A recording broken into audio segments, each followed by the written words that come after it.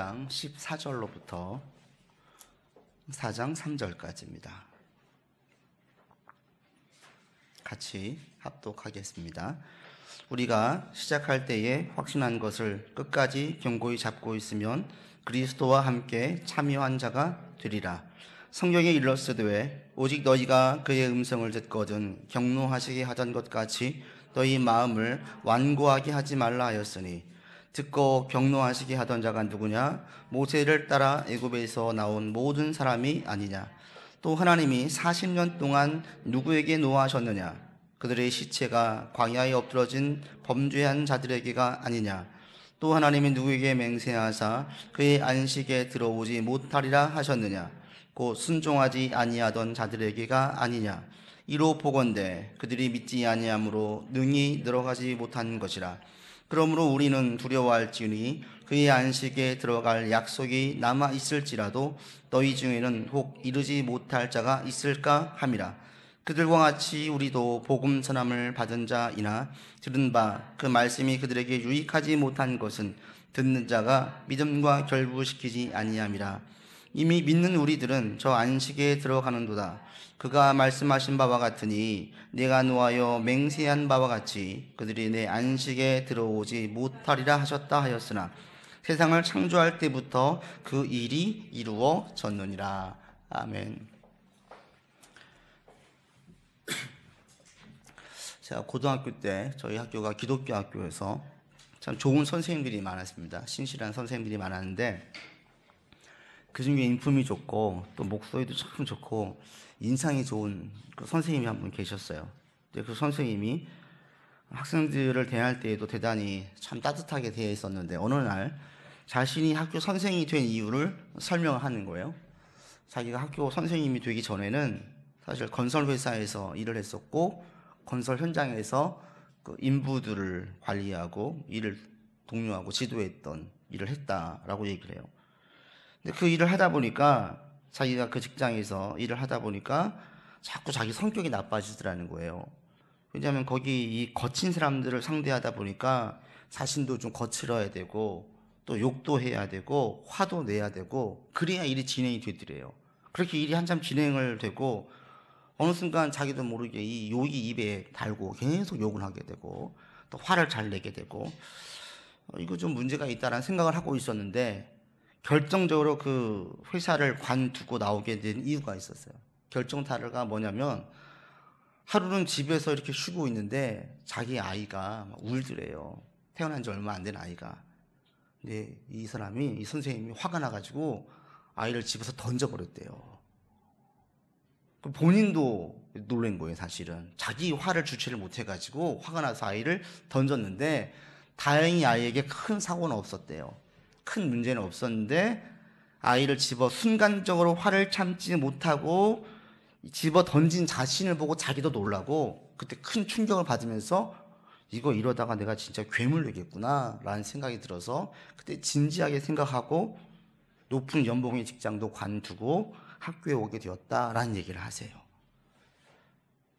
그분의 그 얘기를 꺼내기 전까지는 과연 저분이 그런 행동을 했을까라고 생각이 들 정도로 인상도 좋고요. 목소리도 따뜻하고요. 학생들을 대할 때도 대단히 인격적으로 대했던 분이에요. 근데 이분의 그 과거에 자신이 이러했다라고 이야기를 하시는 걸 들을 때 대단히 그때 충격적이었죠. 우리는 모든 사람들은 다 똑같아요. 모든 사람들은 주변의 사람들의 영향을 참 많이 받습니다. 내가 누구와 함께 일을 하느냐, 누구와 함께 말을 섞고 많은 시간을 보내느냐, 또 내가 무슨 일을 하느냐에 따라서 우리 인상이 바뀌고요. 우리의 그 태도가 바뀌고요. 말투가 바뀌어요. 그리고 우리의 성격도 변해요. 동의하십니까? 사람이 그래요. 이 선생님 이야기처럼 안 좋은 상황 가운데 있을 때에는 그렇게 변화하는 거예요. 주변에 계속 짜증내는 사람이 옆에 있어 보세요. 일을 하는데. 받아주는 것도 한두 번이지 나중에 자기도 막 짜증이 나요. 그리고 자기도 모르는 사이에 짜증을 더 자주 내요. 늘 매사에 부정적인 사람 옆에 있어 보세요. 이해하는 것도 한두 번이죠. 나중에는 자기도 모르는 사이에 자신도 그런 부정적인 시각을 가져요. 그래서 이런 쪽은 생각을 한 번도 해보지 않았는데 자꾸 생각을 해보는 거예요. 남 흉보는 걸 좋아하는 사람 옆에 있어 보세요. 자기는 남에 대한 별로 관심이 없어. 남이 어떻게 생각하는지 또 어떤 말을 하는지 별로 신경도 안 썼는데 자꾸 남 얘기를 많이 하는 사람 옆에 있으면 자기도 모르는 사이에 저 사람이 나를 어떻게 생각할까? 라는 생각들을 하게 돼요. 우리가 영향을 받는다는 거죠. 반대로 좋은 사람을 만나면 우리 마음이 대단히 따뜻해져요. 저도 며칠 전에 또 똑같은 이런 좋은 경험을 했어요. 제가 좋은 선배 목사님들과 함께 식사하고 차를 마시고 이야기하고 집에 돌아오는데 저절로 찬송이 흘러나오더라고요. 제 안에서. 마음이 편안해지고 온유해지는 저 모습을 스스로 보게 되었어요. 여러분이 누구를 만나느냐, 누구와 함께 있느냐, 또 어떤 일을 하느냐, 이것이 우리에게 그대로 영향을 줘요. 그리고 그것이 여러분 한번 스스로 살펴보세요. 여러분이 주로 어떤 말들을 많이 하는지를 보면 내가 주변 사람들에게 어떤 영향을 받고 있고 지금 나의 상태가 어떤지를 알 수 있어요. 제가 아는 분이 어떤 분은 툭 하면 하는 말이 뭐냐면 답답하네라는 말을 했어요. 답답하네. 이런 말을 되게 많이 했어요. 어떤 마음이겠어요? 모든 게 다 마음에 안 드는 거죠. 누군가 일을 하는 것이 마음에 안 드는 거죠. 모든 게 성이 안 차는 거예요. 못마땅해하죠. 한심해 보이는 거예요. 그러다 보니까 쉽게 화를 내고 이런 얘기를 막 쉽게 내뱉었어요. 그런가 하면 또 어떤 분은 감사하다는 이야기를 참 많이 하더라고요. 그분의 직장생활 얘기를 쭉 듣다 보니까 제가 오히려 화가 나가지고 야, 그 친구 너무한다. 그렇게 말을 하면 안 되지. 제가 막 뭐라고 했더니 근데 목사님 한편 바꿔 생각해 보니까 이해가 되더라고요. 이렇게 얘기를 해요. 제가 그랬어요. 네가 나보다 낫다. 나는 절대 그렇게 이해가 안 되는데. 그래도 그렇게 얘기하면 안 되지. 자기는 감사하대요. 그래도. 사람이 어떤 말을 내뱉느냐에 따라서 내가 지금 주변 사람들에게 어떤 영향을 받고 있고 내 마음의 상태가 어떠하고 이런 것들을 우리가 알 수 있어요. 그래서 우리가 옆에 누구를 두느냐가 정말 중요하고요. 우리가 어떤 일을 하느냐가 정말 중요해요. 그래서 오늘 명절을 맞이했는데 가정의 화목이 그래서 대단히 중요해요. 가정이 화목하면 기본적인 마음이 평안한 가운데 일을 시작할 수가 있어요. 가정이 불화하면 가장 기본적인 것들이 계속 일렁이고 있어요. 이러니까 다른 일을 할 때에 상당히 많은 에너지와 힘을 쏟아야 돼요. 정서적으로, 정신적으로 많은 스트레스를 안고 일을 진행하는 거예요. 그래서 여러분들이 힘써서 가정의 평안과 화목을 힘쓰는 이유가 정말 필요해요. 그래야 다른 모든 일을 할 때에도 기본적인 이 베이스가 안정적이고 정성적으로, 정서적으로도 따뜻한 가운데 일을 할 수가 있기 때문입니다. 그래서 여러분 가정의 화목을 위해서 많은 기도가 필요합니다. 또 힘쓰셔야만 합니다.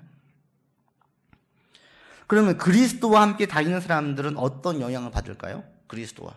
사람들이 어떤 사람을 만나느냐에 따라서 우리의 생각이나 태도나 말투나 또 인상도 바뀌어지는데 그리스도와 함께 다니는 사람들은 어떤 영향을 받을까요?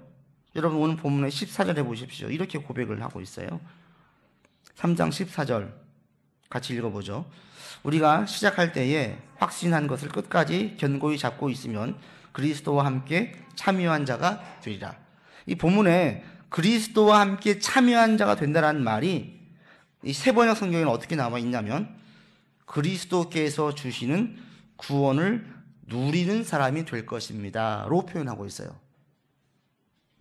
그리스도께서 주신 것들을 누리는 사람, 우리 흔히 하는 말로 즐겨, 누려 라고 얘기할 때 무엇인가 좋을 때 그리고 어떤 것이 유익이 있을 때 우리는 누리라고 이야기하죠. 성경에서 오는 본문에서 그 얘기를 하고 있어요. 누린다는 거예요. 누린다. 좋은 영향을 받는다는 거죠. 왜 이게 누립니까? 그 누리는 것은 어떤 유익이 있기 때문이죠. 그 유익이 뭐냐? 사실 오늘 3장에서 4장까지 쭉 하면서 계속 반복되는 낱말이 하나 있어요. 그게 뭔지 아세요? 3장으로부터 4장까지 쭉 반복되어진 무려 이 9번에 걸쳐가지고 반복되어진 말이 있습니다. 3장 11절 보세요. 그리고 3장 18절에 보세요. 반복되는 말이 있습니다. 뭐가 있어요? 안식이에요. 안식. 4장에 가면요 1절, 3절, 5절, 8절, 9절, 10절, 11절 계속 안식 얘기가 나와요. 그러면서 안식에 들어오지 못하는 사람들, 안식에 들어오지 못할 것에 대한 경고, 또 우리는 이미 안식에 들어간 것으로서 이 안식을 끝까지 지킬 것에 대한 권면, 안식에 대한 이야기를 해요. 그리스도 안에 있는 사람들, 그리스도와 함께 누리는 사람들, 함께 다니는 사람들은 무엇을 누리냐면 안식을 얻는다. 안식. 안식은 말 그대로 편안한 상태예요. 마음이 편안한 상태. 그리스도와 함께 다니면 뭘 느끼냐면 마음의 안식을 느껴요. 여러분 4장 3절 보십시오. 이미 믿는 우리들은 저 안식에 들어간다. 이미 우리는 들어갔어요. 이게 현재 진행, 현재 완료거든요. 이미 앞으로 들어갈 미래형이 아니라 이미 들어갔어요. 완성되지 않았지만. 우리는 지금 안식에 들어온 상태라는 거예요. 그러니까 예수 안에 있는 사람들에게 공통적으로 고백되어진 게 뭐냐면 마음의 편안함, 안식을 누려요. 마태복음 11장에서 예수님께서 말씀하신 수고하고 무거운 짐진 자들아 다 내게로 오라. 내가 너희를 쉬게 하리라. 안식하게 하리라. 나의 멍에는 가볍다라는 거예요. 나는 겸손하고 나는 마음이 온유하고 겸손하니 나의 멍에를 메고 내게 배우라 라고 말씀하시면서 우리에게 쉼, 안식이라는 것을 예수님 안에 있을 때 얻게 된다라고 얘기하십니다. 이게 우리에게 주신 최고의 유익이고 우리가 가장 중요하게 누려야 될 것, 이걸 먼저 누리셔야 돼요. 주님 안에 있을 때 좋다라는 거예요. 편안하다는 거예요. 안식이라는 게 어떤 의미가 있어요? 여러분 마음의 편안한 상태에 있을 때를 한번 살펴보세요. 가정이 화목한 사람들은 하루 종일 과다한 업무로 잔뜩 신경을 곤두세우고 일을 한 다음에 마치고 집에 돌아갈 때 마음이 탁 풀려요. 그리고 아주 예민하게 반응했었고 잔뜩 신경을 곤두세웠던 그 모든 것들이 가족을 만날 때 이 곤두선 신경이 탁 풀려요. 그리고 쉼을 얻죠. 집에서 아빠하고 달려오고 엄마하고 달려오고 또 반겨주는 부모님을 볼 때에 마음에 편안해져요. 이게 우리 가운데 주는 안식이죠. 저는 아이들이 놀고 있는 거 보고 있으면 그냥 마음에 저절로 무장해제가 돼요. 꼬맹이들이 놀고 있는 그 순박한 모습을 보면 제 마음에 저절로 쉼을 얻어요. 또 어떤 분들은 산속을 거닐 때에 마음의 쉼을 얻죠. 말하지 않고 그냥 걸어 올라가는데 아무도 무슨 얘기도 하지 않아요. 그냥 산을 올라가는데 그 가운데에서 마음이 평온해지고 불안한 마음이 안정을 얻어요. 이게 우리에게 쉼이죠. 이런 것처럼 그리스도 안에 있으면 이런 안식, 그것도 세상에서 주는 그 무엇과도 견줄 수 없는 최고의 안식을 준다는 거예요. 안식을 얻게 되면 우리가 어떤 영향을 받아요? 마음 가운데에서 마음에 좀 부드러워져요. 막 신경 썼던 마음이 확 풀어지면서 좀 온유해져요. 그리고 독한 마음이 좀 선해져요. 그리고 그냥 부정적이고 힘들어하던 그 시름의 소리가 볼 때에 소망으로 바뀌어져요. 마음이 밝아져요. 이런 모든 것들을 뭉뚱그려가지고 우리가 한마디로 마음이 충전된다고 하죠. 마음을 쉼을 얻는다고 이야기해요. 안식을 누리는 사람들, 가정이든 아이들을 통해서든 자연을 통해서든 안식을 누리는 사람들은 마음이 충전되어지고 새 힘을 얻어요. 이런 것처럼 그리스도 안에서 안식을 누리는 사람들은 그리스도를 통해서 충전되어져요. 충전. 그래서 이 최고의 안식을 얻는 사람들은 어떠한 상황에 있어도 어떠한 어려움과 힘들고 고생이 있어도 그것들을 견뎌낼 수 있는 힘이 있어요. 세상에서 자기를 지지해 주는 사람이 한 명만 있어도 자살하지 않는다고 하잖아요. 한 명만 있어도. 그리스도 안에서 이 마음의 충전을 얻는 사람들은요, 그래서 더 견딜 수 있어요. 포기하고 싶어요. 그만하고 싶어요. 그런데 그리스도 안에서 안식을 한번 누리고 나면 다시 힘을 얻어요. 다시 해보고 싶어져요. 포기하고 싶었는데 그리스도 안에서 안식을 누리고 나면 다시 한번 도전하고 싶어져요. 늘 부정적이었었는데 그리스도 안에서 안식을 얻고 나면 마음이 밝아져요. 제가 이 설교를 준비하다 보니까 찬송가 370장이 저절로 흘러나왔어요. 주 안에 있는 나에게 딴 근심이 있으랴. 주 안에 있는 나에게 딴 근심이 있으랴. 그 다음 이어지는 게 십자가 밑에 나아가서 내 짐을 풀었네. 안식이죠. 이 찬양이 막 흘러나왔어요. 찬송가를 피고 사절까지 쭉 보다가 갑자기 이 찬송가를 쓴 작사자가 누구인가 하고 봤어요. 그랬더니 미국의 그 하위시라고 하는 여사인데 이 여사에 대한 설명이 좀 있더라고. 인생에 대한. 이분이 척추를 다쳐가지고 7년간이나 투병 생활을 했대요. 그러니까 활동을 못한 거예요. 7년 동안. 그러면서 심신이 쇠약해지고 신앙심도 약해졌어요. 얼마나 힘들겠어요. 7년 동안 그렇게 고생을 했으니까. 근데 이런 중에 이분이 한 흑인 여성 청소부가 흥얼거리는 찬송 소리를 듣고 회개했대요. 이 1850년대부터 1920년까지 이분이 생활했던 분인데, 이 당시에 흑인의 삶은 어땠어요? 정말 처참했죠. 그리고 흑인 여성이었다. 흑인 남성보다 더 처참했어요. 이런 여성이 당시 사회적으로 볼 때 가장 힘든 계층에 속해 있었던 이 흑인 여성이 찬송을 부르는데, 그 소리를 들을 때에 자기 스스로가 회개가 되더래요. 그러면서 참여하는 마음이 생기고, 그리고 난 다음에 하나님 안에서 다시 마음이 밝아지고 소망을 버리지 않게 되고, 그 힘들고 어려웠던 그 아픔과 고통과 어려움들을 이겨내게 되었어요. 그러면서 쓴 시가 찬송가 370장이었어요. 주 안에 있는 나에게 딴 것이 있으랴.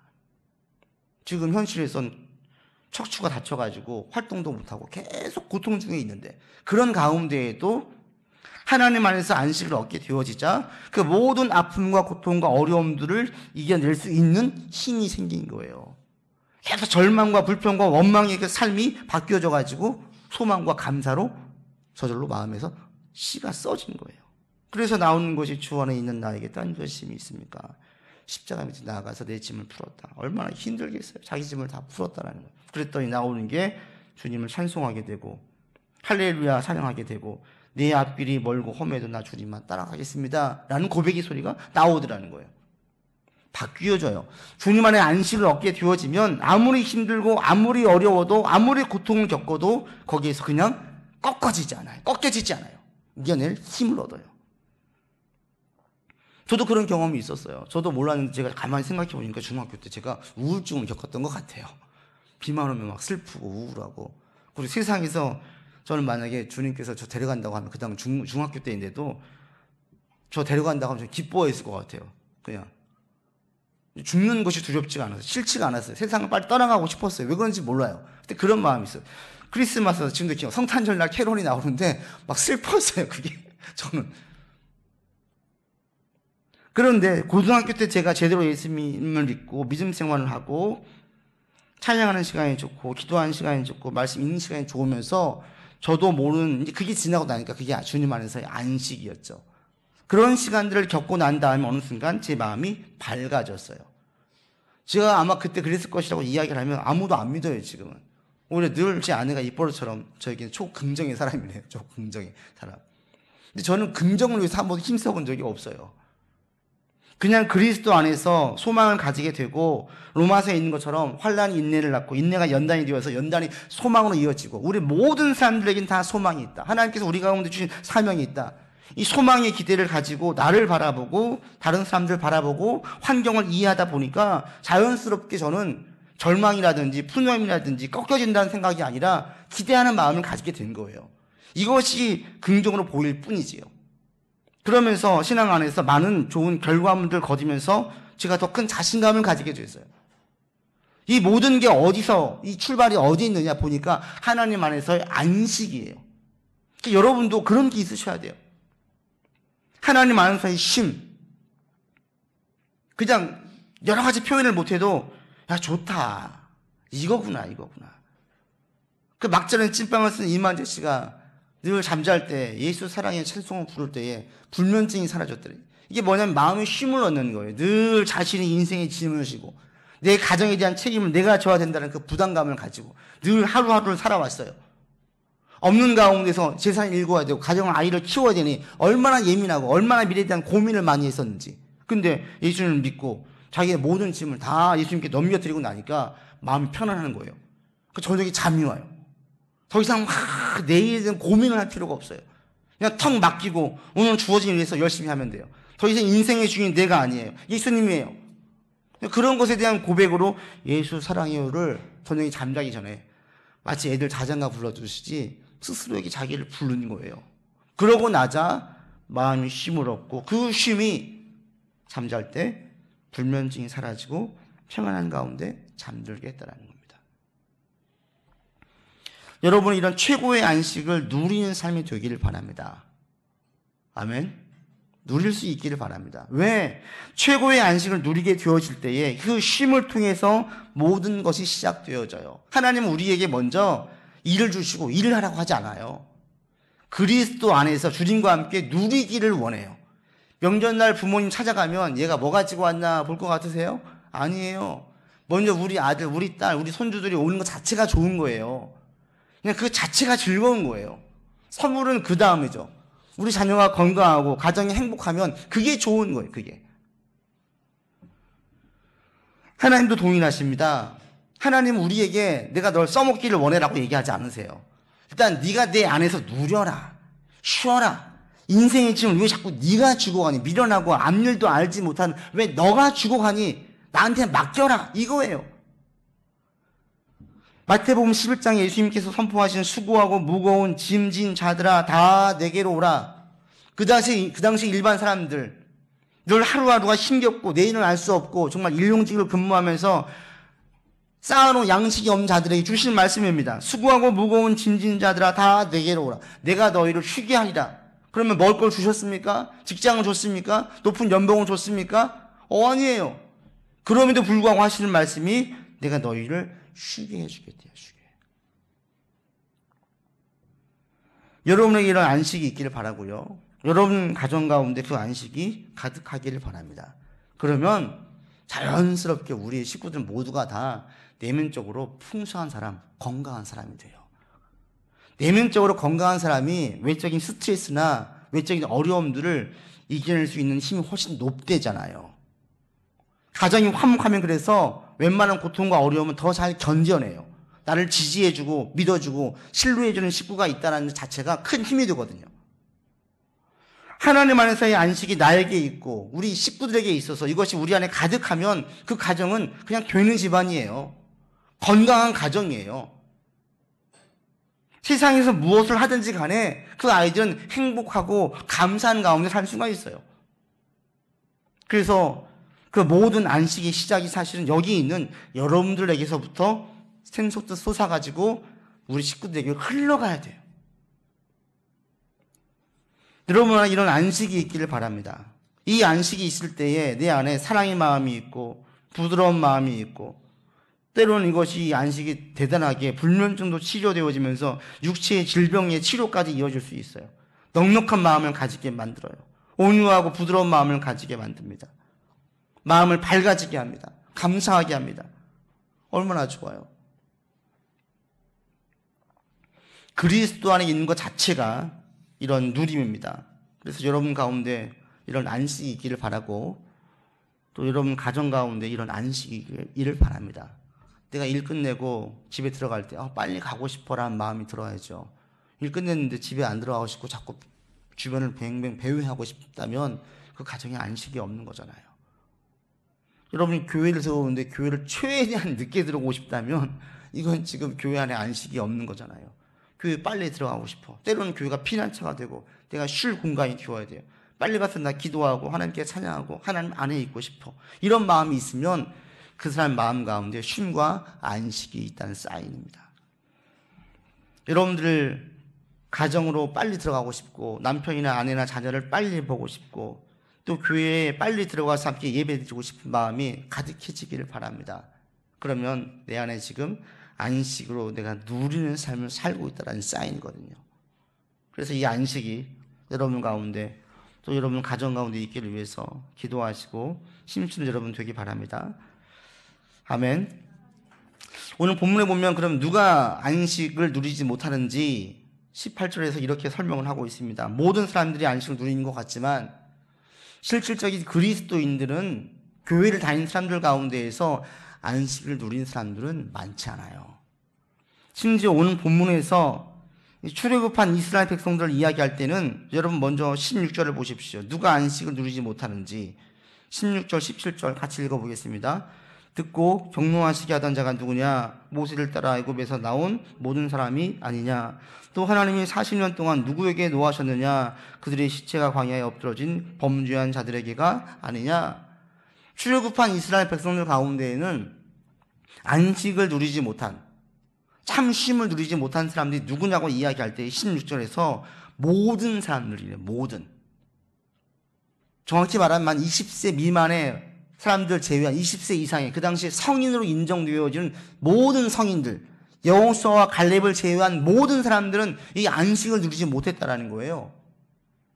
오늘날 교회에 많이 다니고 있지만 많은 사람들이 안식을 누리지 못해요. 의외로 대단히 소수의 사람들만 안식을 누리고 있어요.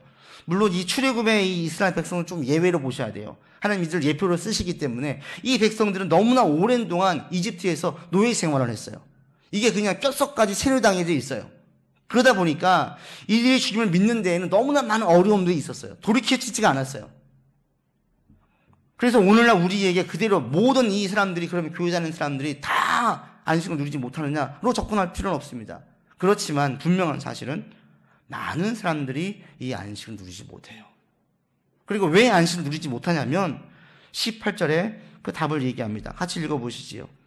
또 하나님이 누구에게 맹세하사 그의 안식에 들어오지 못하리라 하셨느냐? 곧 순종하지 아니하던 자들에게가 아니냐?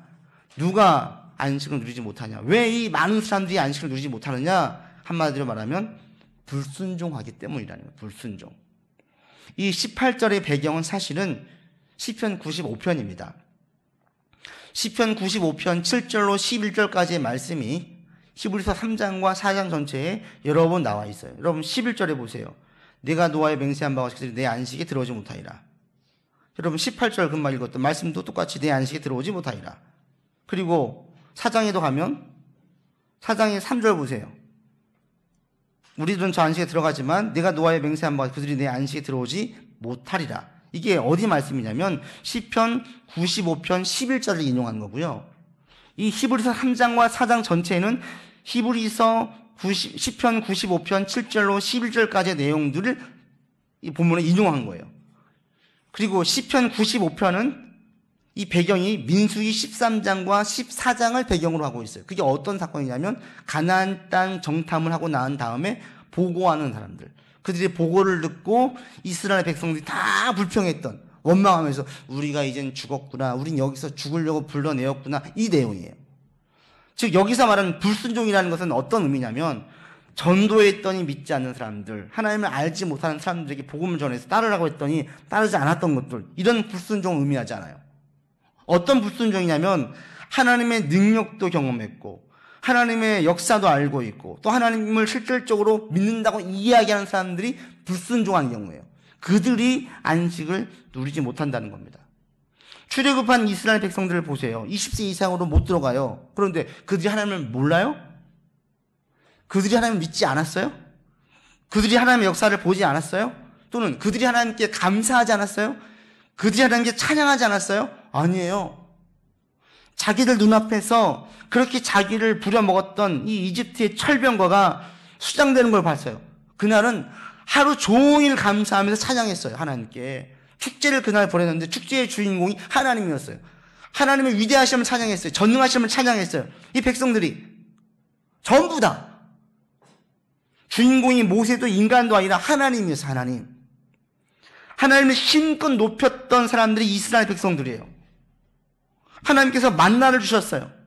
하나님께서 물을 주셨어요.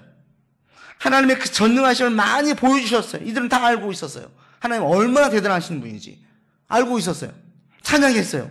그러다가 길이 험하고 물을 얻지 못하니까 이들이 갈증이 나니까 불평해요. 짜증을 내요. 그것이 불순종이라는 거예요. 그리고 하는 말이 우리를 죽이려고 여기 데려왔냐 이렇게 얘기해요. 그리고 이 원망이 한 번으로 끝나는 것이 아니라 계속 반복해요. 지속적으로. 어떨 때마다 힘든 일이 있을 때마다, 발에 하나 가시가 박힐 때마다, 옆구리에 통증이 올 때마다, 머리에 두통이 올 때마다, 삶에 누군가 나를 힘들게 할 때마다 계속 불평하는 거예요. 그게 이스라엘 백성들이라는 겁니다. 하나님을 알고 있어요. 이들은 과거의 그 하나님의 역사들을 통해서 교훈 삼아서 더 나아가지 못하고 개가 그 토한 것을 먹는 것처럼 계속 똑같은 죄를 저지르고 있어요. 언제? 지금 불편하고 지금 힘들면 그냥 막 불평을 쏟아내요. 나를 죽이려고 하느냐, 하나님의 안식을 준다는 그 안식이 어디 있느냐, 하나님께서 좋은 결과를 주신다는 그 좋은 결과가 어디 있느냐 막 쏟아내요. 그것이 오늘 성경에서 불순종이라고 말해요. 이런 사람들은 그리스도께서 주시는 안식을 누리지 못해요. 살다 보면 반드시 힘들고 어려운 순간이 옵니다. 예수를 믿고 나아가도 우리 삶에 장애, 막힘, 고통, 시련이 없지 않아요. 성경에서 이런 시련, 고통과 아픔이 없다라고 한 번도 얘기하지 않아요. 그것들은 우리를 넘어뜨리지 못한다고 이야기하죠. 그냥 막 넘어져요. 넘어지는 첫 번째 사인이 이거예요. 불평이에요. 불평. 절망이에요. 이제 끝났다.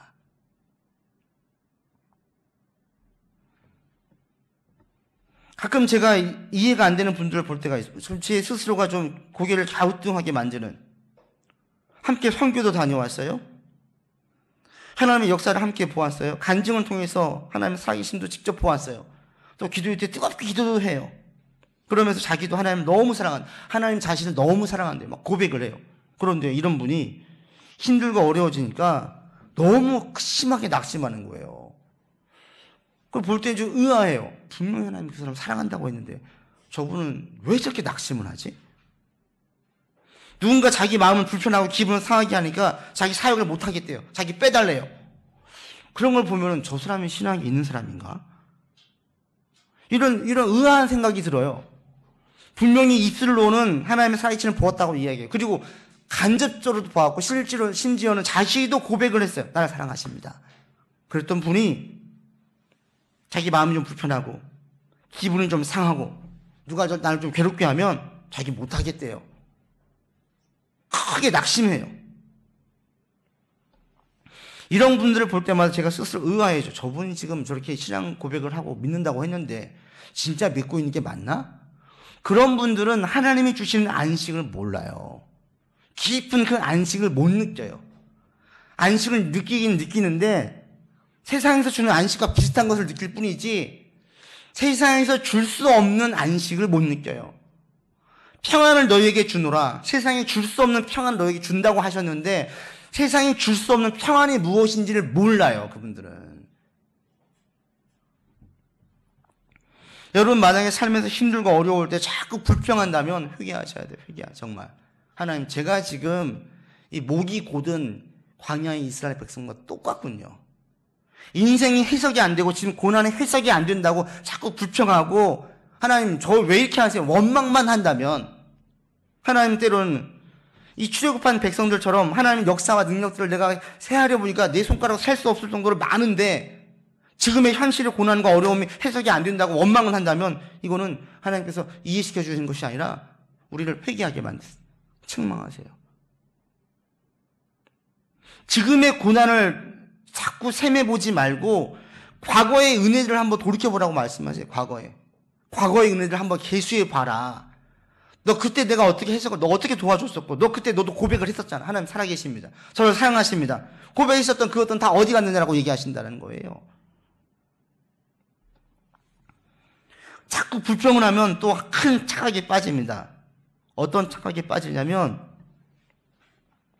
믿기 전의 생활이 훨씬 좋았을 것이라는 착각에 빠져요. 이 이집트에서 나온 이스라엘 백성들이 그랬잖아요. 힘들어지면 뭐라고 얘기하냐면 돌아가재요. 자꾸 돌아가재. 이집트로 돌아가재요. 그러면 이집트에서의 생활이 이들이 광야에서의 생활보다 좋았습니까? 아니에요. 객관적으로 따졌을 때에도 광야에서 이들의 삶이 훨씬 좋아요. 이사는 다니지만 이집트에서 이들은 노예 생활을 했어요. 매일 고되게 노동을 했어요. 먹을 것도 넉넉하게 먹은 적이 없어요. 그리고 내일에 대한 소망이 없어요. 매를 맞았어요. 미래에 대한 뭘 쌓아놓고 미래에 대한 그림을 그려야 되는데 그릴 게 없어요. 이들은. 자유도 없어요. 그냥 주는 것 먹는 것 그게 다였어요. 그런데 광야에서는 일을 하지 않아요. 노동하지 않아요. 그리고 이들에게는 이집트에선 고된 노동을 할 때에는 쉼이 없었어요.